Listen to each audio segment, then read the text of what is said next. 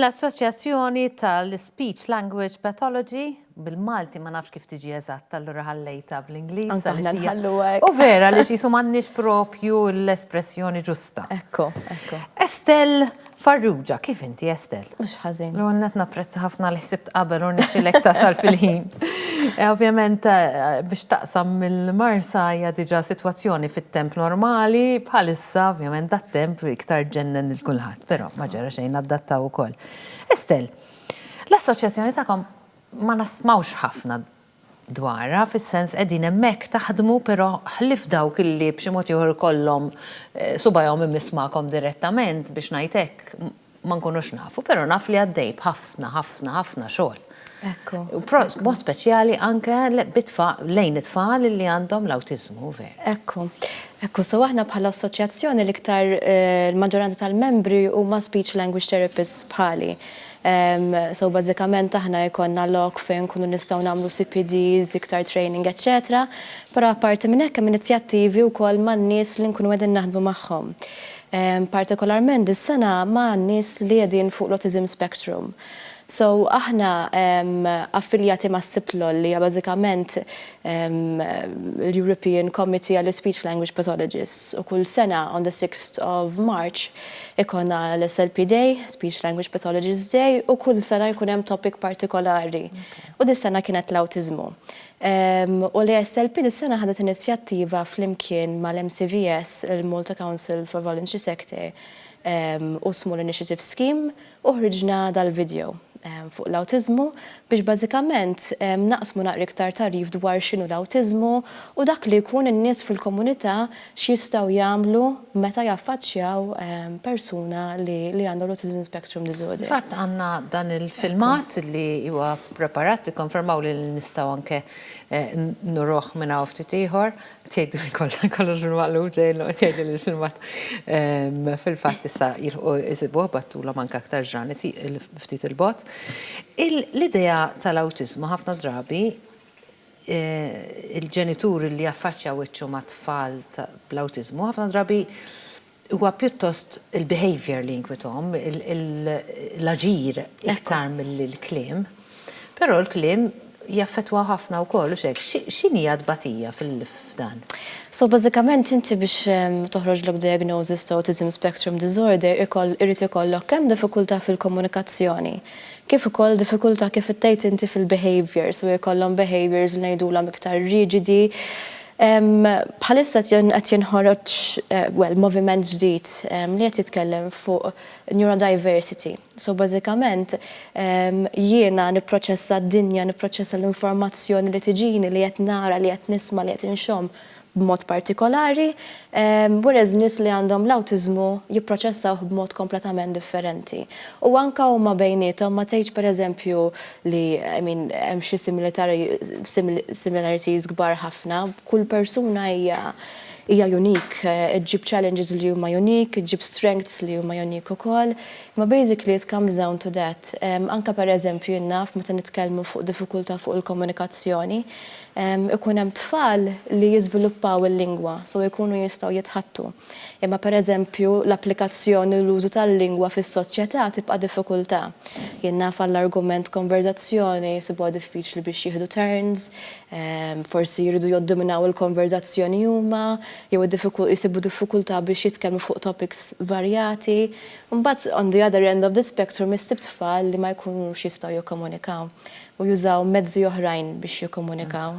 Però qatt ma jkun l-speech language pathologist illi jidentifika jekk it-tfal għandhomx l-awtiżmu.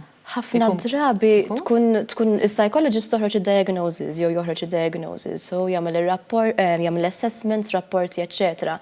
Però ħafna drabi aħna nkunu minn tal-ewwel li nkunu rajnihom it-tfal, nkunu rajna s-sinjali, nkunu rajna s-sintomi inkellmu l-parents, inkellmu kull min huwa involut fit-team, l-LSCs, il-teachers, etc. Mbagħad nħeġġu referral għal psychologist u psychologist joħroġ id-diagnosi bil-rapport, etc. Imma aħna nkunu l-awtiżmu bħalissa tista' tidentifikah minn anka 18 months. Jiġifieri jekk għall-argument għandek tifel ta' sena sena u nofs għadu ma żviluppax il-lingwa, tara xi affarijiet li għadhom ma żviluppawx, ħafna drabi jidħlu għand speech language therapist l-ewwel, tibda tagħmel l-assessments u tibda tinduna inti u tagħmel referrals kif hemm bżonn. U x'riżultati taraw meta inti jidħol kmieni, jidħol meta hemm bżonn l-speech language pathologist? Early interventionist kien jgħidu, so iktar kemm jidħol malajr iktar aħjar.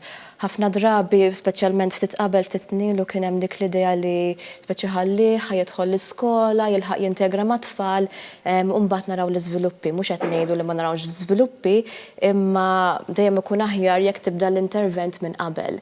Jiena bħala terapista so mill-esperjenza tiegħi kull darba li daħlu tfal anka meta iżgħar minn sentejn dejjem rajt kambjamenti enormi. Inti dejjem imbagħad ħajkollok bżonn tuża riga naqra differenti. So għall-argument jekk ikollok tifel li huwa non-verbal, mhuwiex qed jitkellem, il-yardstick tiegħek mhux se tkun in-numru ta' kliem li qed jgħid. Il-yardstick tiegħek ħad tkun il-pre-verbal skills, pereżempju, so l-skills li jiżviluppaw qabel il-lingwa u anke hu kif qed juża mezzi oħrajn ta' komunikazzjoni biex jilħaq il-bżonnijiet tiegħu. Jinnaf, per eżempju, qabel semmejt communication systems. Bħalissa l-ISLP qegħdin naħdmu biex niżviluppaw dal-app jismu TIMECARE flimkien mal-Vodafone Foundation.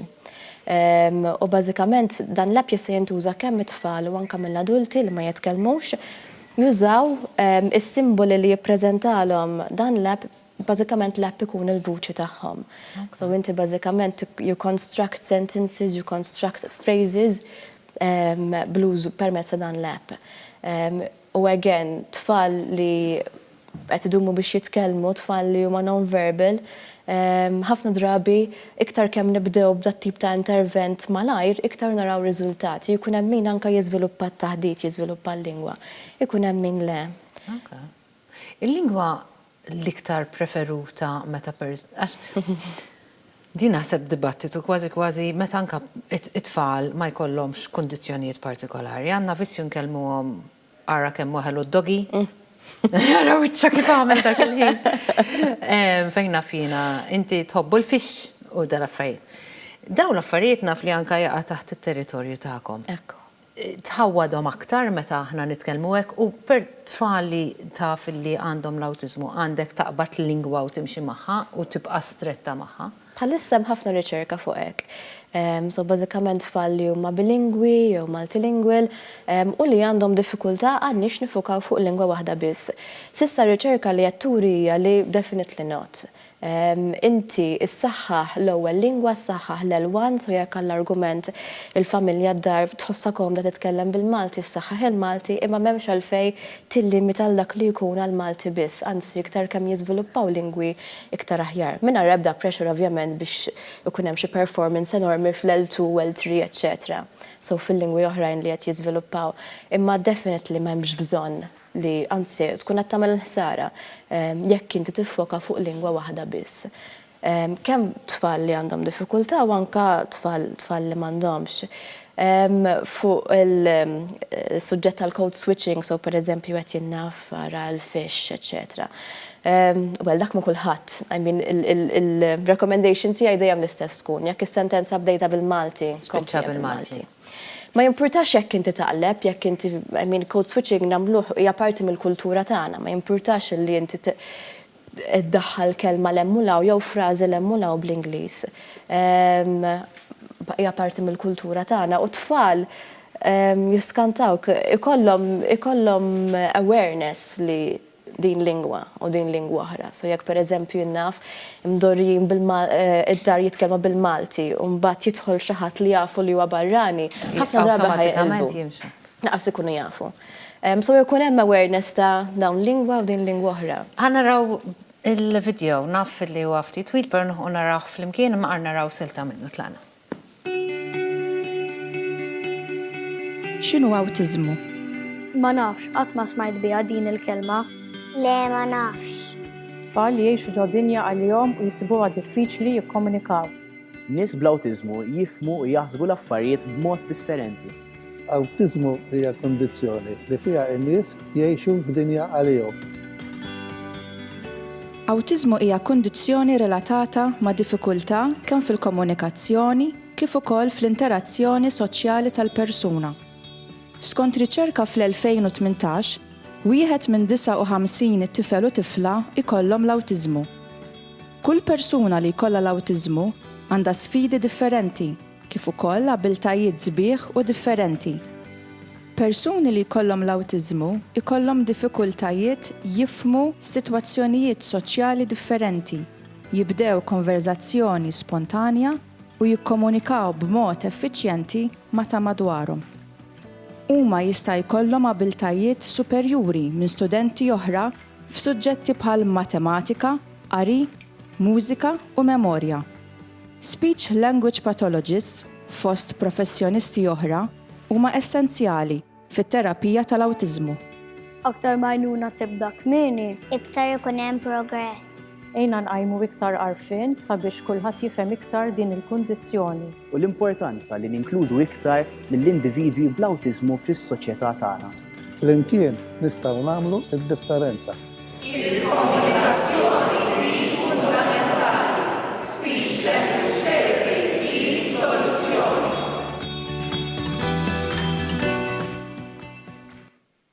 Proset. Brava Stell u brava l-assoċjazzjoni li qegħdin taħdmu daqshekk bisħieħ. Jiena nawgura li nerġa' jkollna l-opportunità ntaqgħu, ħanajdlek pubblikament kemm tinqala titkellem, vera kont qed ngħidilha għaliex vera taf tfiem u daħlitni fis-suġġett. Bravissima, brava. Kompli sejra hekk. Ħanajdlek il-ġimgħa tajba u jekk il-maltempa għadu kbira ħjer tibqa' naqra oħra magħna toqgħod taħdem frokna milli tmur taffaċċja ħalli jekk jista' jkun ovvjament dejjem nieħdu ħsieb. Grazzi immens. Grazzi mill-qalb. U aħna jiena ħanersa ftit hawnhekk nitkellem ftit magħkom, nfakkarkom ukoll x'sa jkun qed jiġri matul din il-ġimgħa, għandna diversi mistiedna il-suġġett tal-lum bħalli qedtilkom ftit ilu ħanidħlu fih minn hawn ftit sekondi oħra litteralment. Però għandna ġimgħa verament mimlija bħalissa ngħid grazzi kbira jiena għal daw kollha aħna ibbombardjati b'suġġetti b'nies li jixtiequ jiġu jaqsmu l-esperjenza tagħhom magħkom jitkellmu dwar avvenimenti, dwar affarijiet, jiena nieħu pjaċir bihom mhux dejjem nistgħu naġevolaw il-kulħadd, però kemm jista' jkun aħna naraw kif nagħmlu biex insibulkom dejjem mistiedna professjonali, mistiedna li lesti li waslu ħafna informazzjoni differenti u fuq kollox mistiedna li naf li ħajtukom gost. Ġifieri dik hija l-intenzjoni tagħna dejjem nieħu pjaċir bis-suġġerimenti tagħkom. Jiena il-paġna tal-Facebook forsi ġieli tibatuli xi messaġġ ma naqraħx immedjatament għax ġieli ndum jumejn tlieta biex naqrah, però jekk jista' jkun xorta nsegwihom, indurhom u narhom u kollha kemm huma napprezzhom. L-SMS ukoll ta' incidentalment għax hawn min jgħid li jiena m'għandix social media però nieħu pjaċir nibgħat SMS. Infakkar però li social media ma tħallas fil-waqt li l-SMS hemm dak il-minimal fee, però hemm miżata żgħira ġifieri importanti li ngħidha.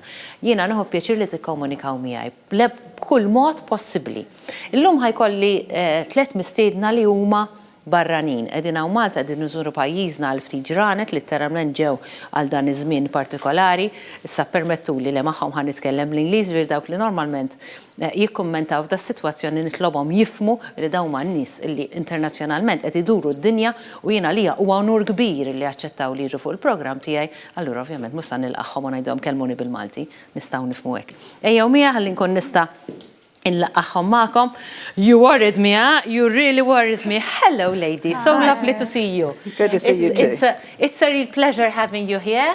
Just from your photos, I know you're Jean Sassoon. Right. It's a pleasure having you here. Thank you very much. And your name? I'm Stephanie. Stephanie. Okay, thank you. You are Joanna, Yes. Colette, and Donna Ann. How are you all? Great. It's been hard getting here, actually. Yes, okay. So let's go a bit into detail. Rather than hear, the televiewers hear a lot from me, so it's your turn to talk. Colette hija l-unika waħda Maltija. She's the only Maltese one. She's representing Appoġġ over here. You're doing a lot of good deeds. We started off today the 16 days of activism against domestic violence. And you are here to help us create more awareness. If you don't mind, I'd like to start with your story, Joanna, because I read in detail and it was very fascinating, and then obviously that's the contribution of Jean, how she came into the story. Love in a torn land. Yes. If you could tell us a bit about your story, your hardships as well. It's basically Jean was very interested to write about the Kurdish cause in Iraq, and we got in touch, and I told Jean my story. Basically, it's about this struggle, the Kurdish people struggle in the north part of Iraq, where they had throughout history, I don't know if you know.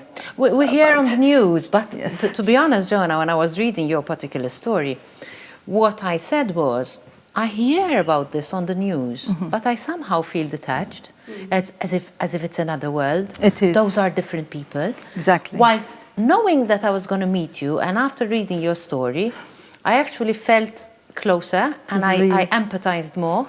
And that's why I wanted you to give us a bit of your history, which isn't obviously pleasant to bring up. Absolutely. That was when I was in Iraq. I got married to a freedom fighter, and basically I joined him in the mountains to fight against Saddam. And we were... you had to escape to the mountains, right? Because you couldn't live in the normal home. Of course, and you had to go and... because any opposition to Saddam, they will be killed, basically. So you have to be in hiding. So I joined him in the mountains, right high in the mountains in Iraq, and the struggle started from there, because where he was working, it was in the radio station for the opposition party. So obviously Saddam wanted to get rid of that voice of the opposition. So we were literally bombarded every day with normal fighter jets, and in the end we got bombarded with the chemical attack. In fact, one particular day you saw the birds falling off from the Yes, sky. that was quite shocking to read. That was the day when actually we were bombarded on that day with the chemical artillery bombs, which was different from other bombs. It doesn't have too much noise, but you got too much smell. So it's literally just a chemical, like a gas in the air, chemical, which you inhale, and it's fatal. Of course, that was the idea of Saddam, to get rid of the Kurdish fighters or the Kurdish people. So it's about 200,000 people in total were killed by Saddam, and 5,000 people in one day in '88 in a small village was gassed, and one of them was my auntie. So on that particular day for us, we were in the mountains when we got hit with the chemical. I had the mask on, but obviously you have to switch on the oxygen so you can breathe. But because then it was all suddenly happening and no one knows what's going on, so panic, and my husband did not put on the oxygen, so I was like starving for air. And we were underground. Obviously, the gas is very heavy, so it goes down. So I took off the mask because I wanted to breathe. By the time we sorted out what's wrong with this and what's wrong with that, I took very good, air full of gas, full of poisonous gas. And that's when I really, it got me really affected, and I lost my sight for a few hours, and then after that we had to... When you watch something like this in a movie, it's scary, but then you switch off the TV and you go to sleep. Yeah. You obviously couldn't switch off the TV. You were living it, and we were living it, and I always thought it will not happen to me, because I was a city girl. I was in Baghdad. I was living my life. I used to hear what's going on in the mountains, but I never related as in like actual thing happening until I got there and lived it. And what about the females there? Are they subjected to more harsh rules? Are they? I mean, I know kind of a bit of the reality, but what is the situation of a female living in Iraq? Well, in Iraq in general, as we talked about it earlier today, it's the part of the Arabic world where they are very bound with the culture and the tradition, and a lot of things are forbidden for women to do. A lot of violence we have there, which is unspoken and behind closed doors. So it is very serious, and no one talk about it because they feel shamed of talking about it, and but It's still a man's world. Let's it is a sum it very up, kind men's of. world, yes. As you know, even in the West, unfortunately, it's all happening everywhere, but it is serious. Jean, Yes. throughout your many trips Yes. it seems that you've had a very, very exciting life. Exciting and I've had a thrilling life. I love adventure. I've been in 3 war zones. I'm never frightened, and I always you feel seem to want to go there. I enjoy it. I get a real burst of energy from it, Okay. and enjoy it. Plus, I love meeting all the different people, and I love the different cultures. I came from a small town of 600 people, but I've always been an avid reader, and it made me want to go abroad and want to meet these people. I lived in Saudi Arabia for 12 years, which most people couldn't tolerate Saudi Arabia, but about 2 years it was so restrictive. But I was fortunate and was able to be there 12 years and never had a single bad thing happen to me. You were working in a hospital Yes, then? in a royal hospital. And just had so many adventures, but nothing I don't think was much more exciting than the time in Kuwait. I was there and wrote the book, The Rape of Kuwait, about what happened that day, and then went back in after the war. And then I decided after a while, when particularly after the sanctions against the Iraqis, because I felt very sorry for children. They seem to always suffer from these things. So I wanted to go into Iraq, and everyone said, don't think about it. You wrote The Rape of Kuwait, he'll kill you. But I wrote him a letter and said... That sold over 1 million copies, right?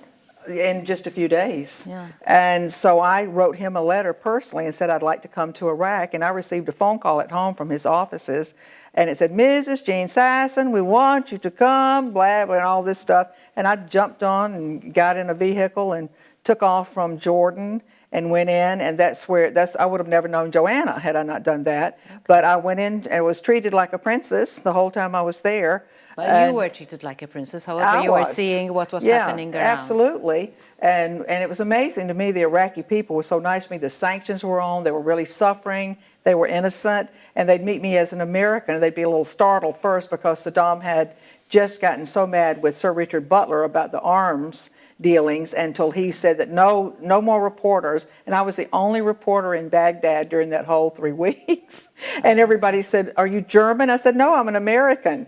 And they said, you stand out. You look very American. Yeah. And they said, what do you, I said, I'm a writer. They said, what do you write for? And I had taken in like 500 copies of The Rape of Kuwait. I had so much fun with that. And I held it up and I said, I wrote this book. Where were you, sweetie? And the guys would say, oh, it was awful. We were in those trenches. I mean, they didn't want to fight. They were innocent too. And after that... I mean, when you, to be honest, when we look at a war, yes. I don't think any soldier, any particular soldier from either end wants to fight. No one wants to go. When they're marching off. Yeah, but that's because you see the gallant part. Yeah, but then it's... once it starts, no one could really love war. It's too horrible. Yeah. And the Iraqi people have really suffered. And I met so many nice people in Iraq, but I also, the reason I met Joanna was I would not accept a male translator. I actually went down to the office, where the information office, after 3 days, and I was pretty angry, and I went in and I said, I'm not even being followed. I'm not important enough to be followed.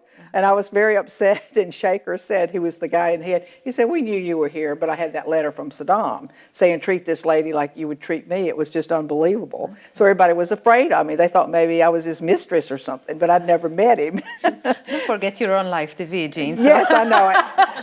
I kept it calm. So anyway, Shaker said, we'll give you a nice man to take you. I said, no men. I must have a woman. They said, we don't hire women for translators. I said, fine, I won't go then. And so Mayata said, when I met her the next day, he called her and said, I have this difficult American woman here, and she'll only deal with women. Can you work? And she was excited. She came the next day. Our eyes locked. We just fell in love. We were great friends from that moment. Right. She happened to be a cousin of Joanna. Okay. But I wrote her story, Mayata, daughter of Iraq. Is it here? I don't think I brought that one. And we just were friends till the day she died of ovarian cancer 3 years ago. But anyway, after I wrote her book, and it was a huge success worldwide, and she said my cousin, she had gotten a job in Dubai because of the book. That really changed her life. And her cousin was Joanna's brother, and he said, well, what about Joanna's story? I mean, she was blinded, the Kurdish story. And so I met them in London, And after meeting them and talking to them, I said, yeah, I'll do your story. Because you seem to have a compassionate side whereby you want to show what women go through. Yeah, Those are women. your stories. Well, I've always been an animal activist to the point people were afraid of me.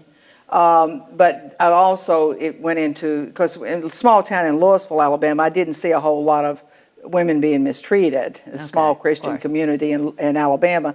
But it also, if you have empathy, you'll have empathy for anyone who's suffering. And so I had great empathy for the women, but also children. I can't bear it when children, it's like when I went to Iraq, I went over with like $30,000. I had to borrow money to get back home because so many people were poor. I was just giving them money out. I was saying, quit giving away your money. I said, I can't stand it. They're children begging. I'm going to have to conclude for a short time. We have to go for a short advert break. We'll come back and we need to speak as well to Donna Ann and Colette, although Colette will be able to see her again because you live here. The others, we have to grab them and make the best of it while they're here. So short break, we'll see you soon.